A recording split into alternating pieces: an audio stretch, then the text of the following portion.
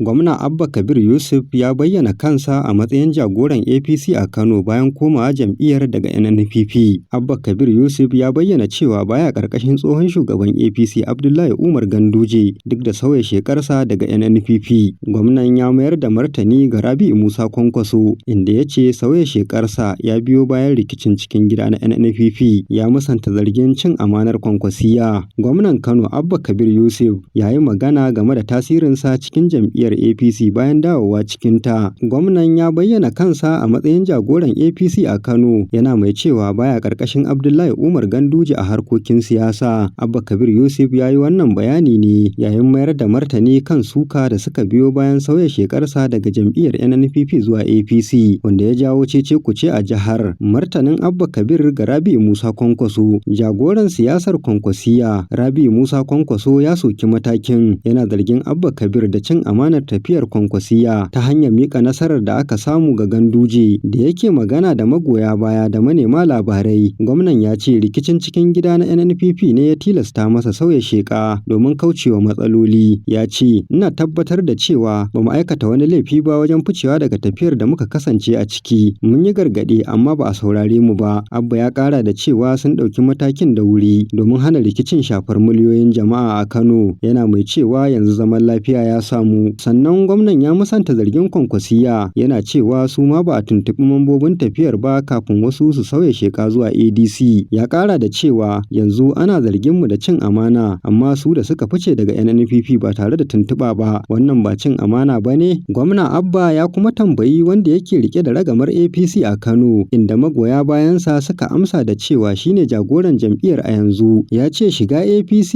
ya sanya shi a cikin gwamnoni fiye da 31. Yana tambayar ko hakan koma baya ne ko kuma bambancin gaba ga siyasar Kano. A ƙarshe Abba ya jaddada cewa yana girmama Ganduje, amma ba zai amince a rika bashi umarni ba domin shine jagoran APC a Kano. Abbas Yakub Yaura, Dimokuraɗiyya TV.